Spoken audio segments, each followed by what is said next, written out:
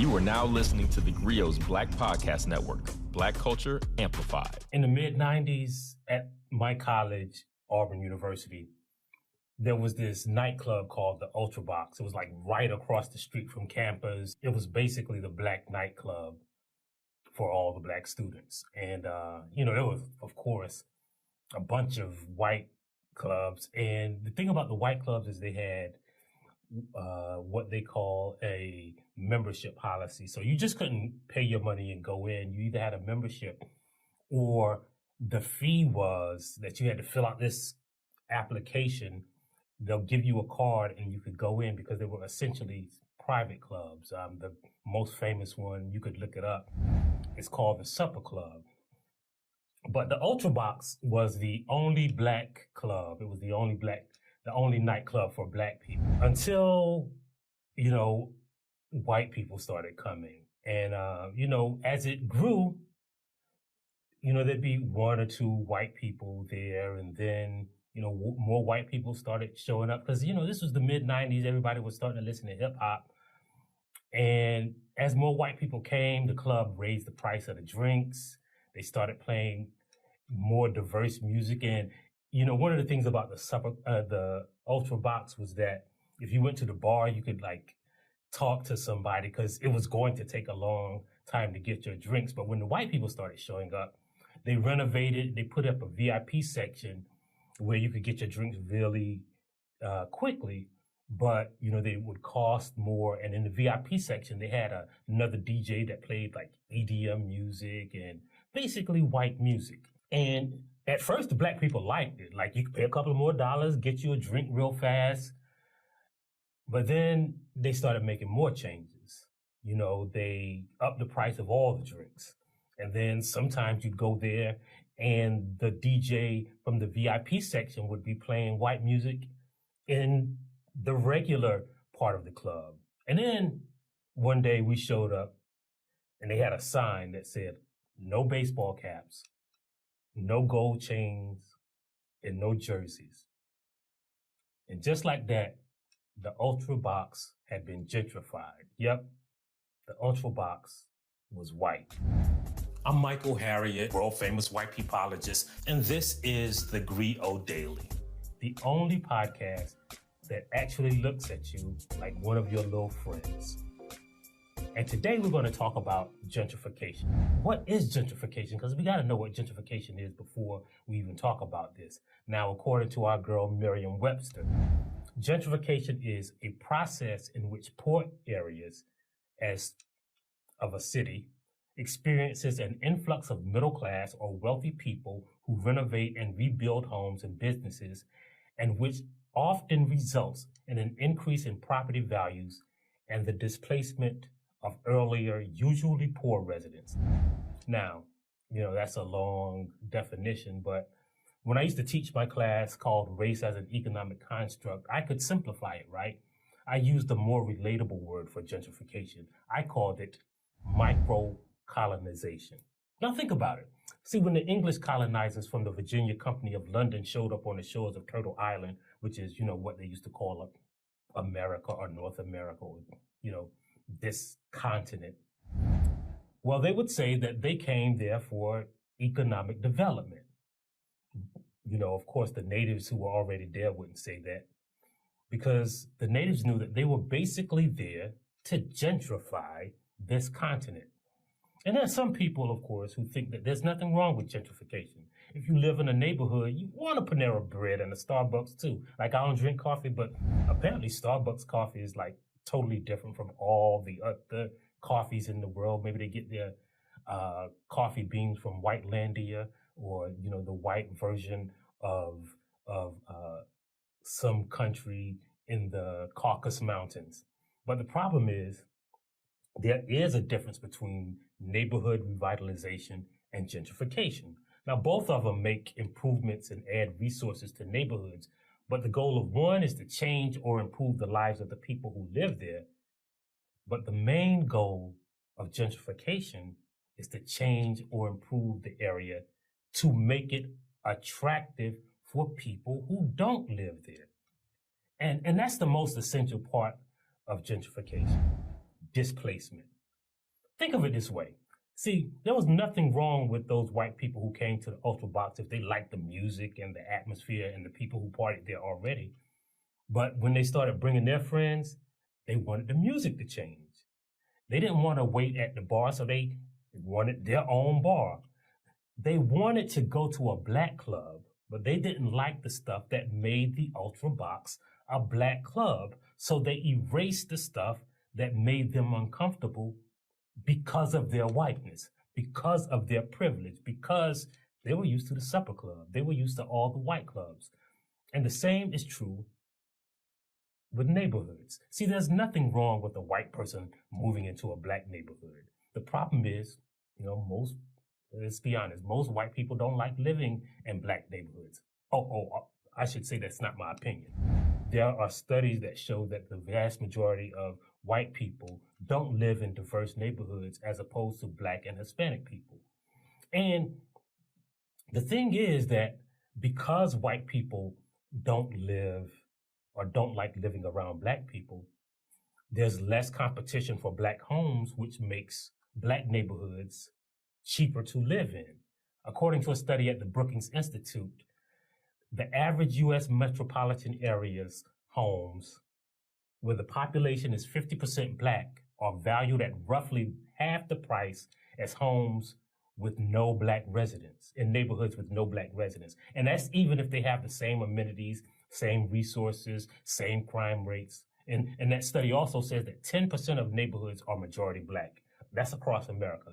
And they are home to 41% of the black population who live in metro areas. And 37% of the U.S. black population lives in black neighborhoods. So as you can see, when we talk about black neighborhoods, we're talking about a lot of black people. And that same study shows that the differences in homes and neighborhood qualities do not fully explain the devaluation of home in black neighborhoods. Homes of similar quality with similar amenities are worth 23% less, or on average about $48,000 per home less than the average white home or home in a white neighborhood, which amounts to $156 billion in cumulative loss for the home values. So, as you can see, just living in a black neighborhood or just living around black people makes it cheap, makes it a cheap neighborhood. And white people like living in cheap neighborhoods, even if they don't like living around black people. So they don't just move in. They pave the way for other white people to move in. I mean, if a white girl moving to you next door, she's probably about to Christopher Columbus your hood. So we're going to talk about the ways that you can tell if your neighborhood is being gentrified, right? First, the biggest thing is watch what you eat. See, the changing food landscape is the easiest way to tell when white people are coming. John Hopkins studies on food deserts showed that minority neighborhoods often lack well-stocked grocery stores. So poor areas have fewer grocery options, fewer food options, and when they do have food options, many of them are high-priced and unhealthy. And you know white people can't live like this. Before they arrive, they got to make sure that they can get their gluten-free, vegan, farm-raised, free-ranged, organic couscous. Gentrification is usually prefaced by the arrival of healthy options and grocery stores with 29 varieties of tomatoes. And if you ever spot a sign that says Whole Food coming to this location, you better be scared. In the unabridged gentrification thesaurus, Whole Foods is a universal synonym for white people. Every time they ring up a pomegranate and spicy pumpkin seed quinoa salad, a white person hears the gentrification bat signal. And the second way you can tell that white people are about to move in is you're probably going to get a rent notice. Like Brooklyn is the perfect example of how gentrification increases rent and pushes out lower and middle income minority families.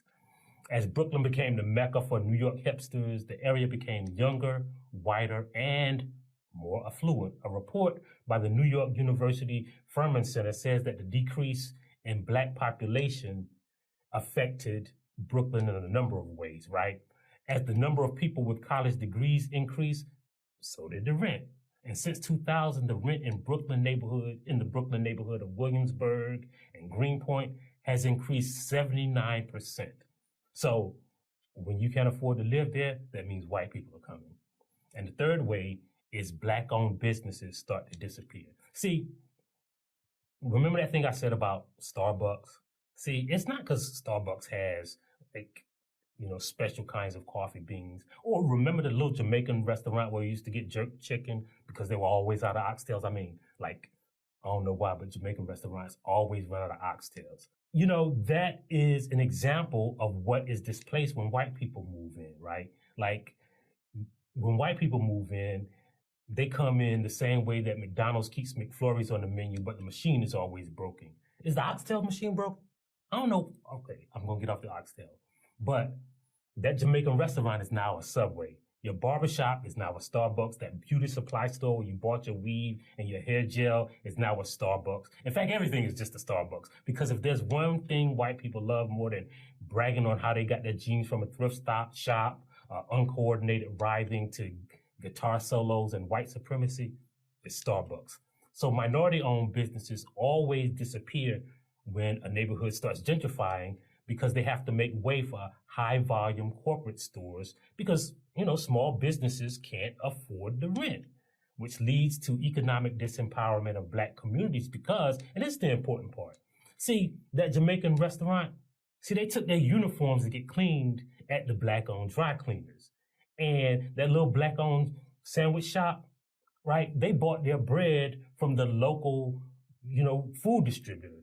But when those white corporate-owned businesses move in, that money doesn't cycle through your community anymore.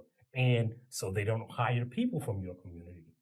And that leads to the exiting of the Black wealth and the Black dollars from Black communities. So it's not just about Black-owned businesses. It's about keeping money in the neighborhood. Or maybe you want to buy a bouquet of flowers for $534 a piece because you'd never see anybody in those white-owned thrift shops, but they always around. I think it's the Russian mafia. Either that or they're reselling shit they found at other thrift shops. Number 4, the schools get worse. Now, I know this seems counterintuitive that, a more affluent population makes schools worse.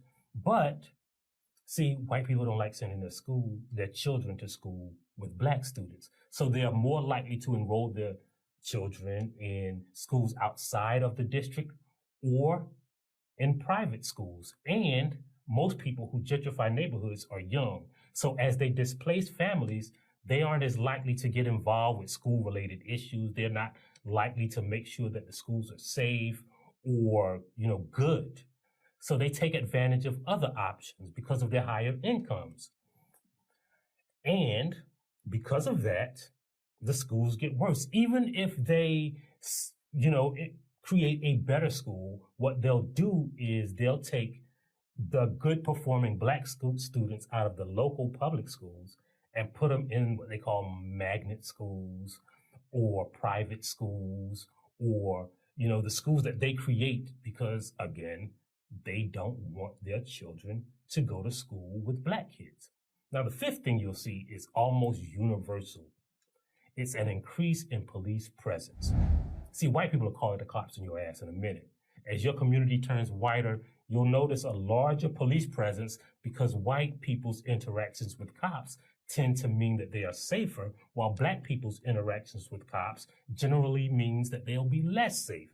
They call it order maintenance. It's when police patrol white neighborhoods heavily to keep the peace. In San Francisco, which, gentrified and really displaced a bunch of Black people, police patrol more in the city's gentrified areas, which have also seen a rise in cases of police brutality. They've also seen a rise in people calling 311, which is the non-emergency police number. See, they report people in their neighborhoods for stuff like noise violations and minor infractions.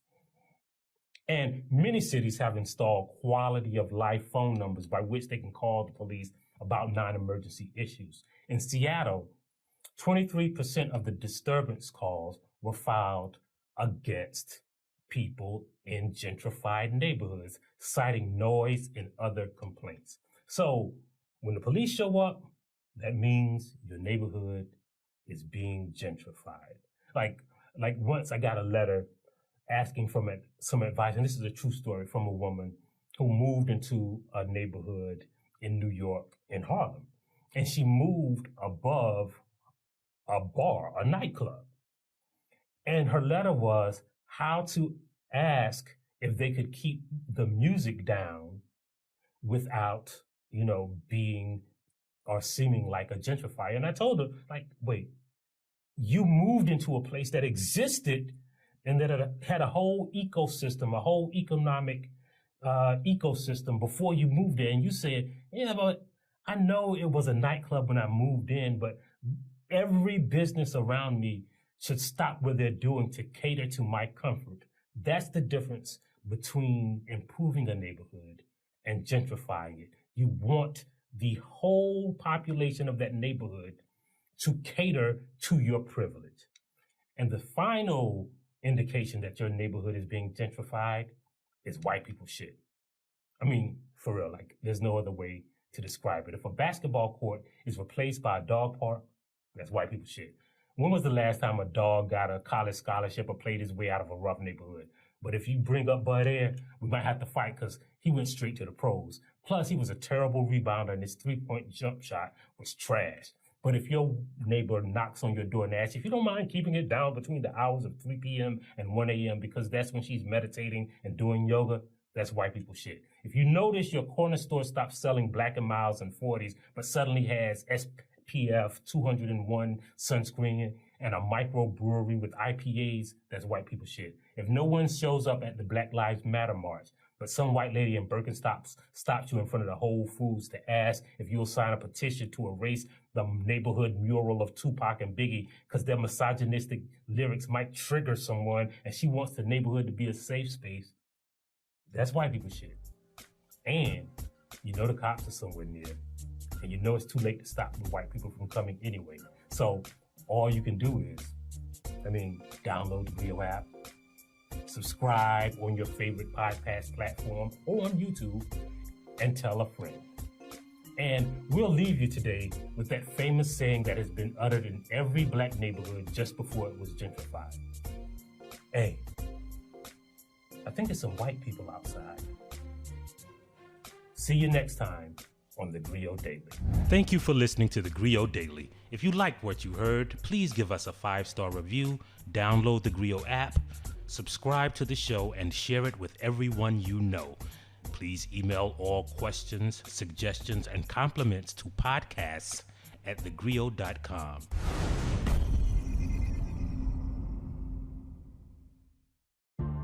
The GRIO Black Podcast Network is here, and it's everything you've been waiting for. News, talk, entertainment, sports, and today's issues, all from the Black perspective. Ready for real talk and Black culture amplified? Be inspired. Listen to new and established voices now on the GRIO Black Podcast Network.